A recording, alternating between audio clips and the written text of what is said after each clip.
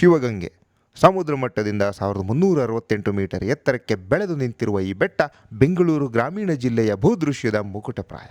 ದೂರದಿಂದ ಒಂದು ದಿಕ್ಕಿನಿಂದ ಶಿವಲಿಂಗದಂತೆ, ಮತ್ತೊಂದು ದಿಕ್ಕಿನಿಂದ ಬಸವಣ್ಣನಂತೆ ಈ ಬೆಟ್ಟ ಕಾಣುತ್ತೆ.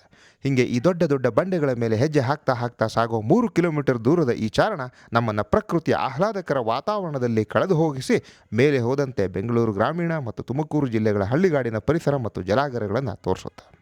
ಆದರೆ ಪ್ರವಾಸಿಗರ ಬೇಜವಾಬ್ದಾರಿಯ ವರ್ತನೆಯಿಂದ ಅಡಿಯಿಂದ ಮುಡಿವರೆಗೂ ಈ ಬೆಟ್ಟ ಇಷ್ಟರ ಮಟ್ಟಿಗೆ ಹಾಳಾಗಿದೆ. ಚಾರಣದ ಕೊನೆಯ ಭಾಗ ಇಷ್ಟು ಕಡಿದಾಗಿ ಹಾಗೆ ಇಷ್ಟು ರುದ್ರ ರಮಣೀಯವಾಗಿರುತ್ತೆ. ಬೆಟ್ಟದ ತುದಿಯಲ್ಲಿ 16ನೇ ಶತಮಾನದಲ್ಲಿ ಒಂದೇ ಕಲ್ಲಿನಲ್ಲಿ ಕೆತ್ತಲಾದ ಬಸವನ ಈ ವಿಗ್ರಹ ಶಿವಗಂಗೆಯ ಅತ್ಯಂತ ಪ್ರಮುಖ ಆಕರ್ಷಣೆ. ಹಾಗೆಯೇ ಬೆಟ್ಟದ ತುತ್ತ ತುದಿಯಲ್ಲಿ ಗವಿ ಗಂಗಾಧರೇಶ್ವರ ಗುಡಿ, ನಡುವಿನಲ್ಲಿ ಒಳಕಲ್ಲು ತೀರ್ಥ, ಇನ್ನು ಕೊಂಚ ಕೆಳಗೆ ಹೊನ್ನಮ್ಮ ಮತ್ತು ಗಂಗಾಧರೇಶ್ವರರ ಗುಡಿ ಮತ್ತು ಪಕ್ಕದಲ್ಲಿ ವೀರಭದ್ರೇಶ್ವರರ ಗುಡಿಗಳು ಇವೆ.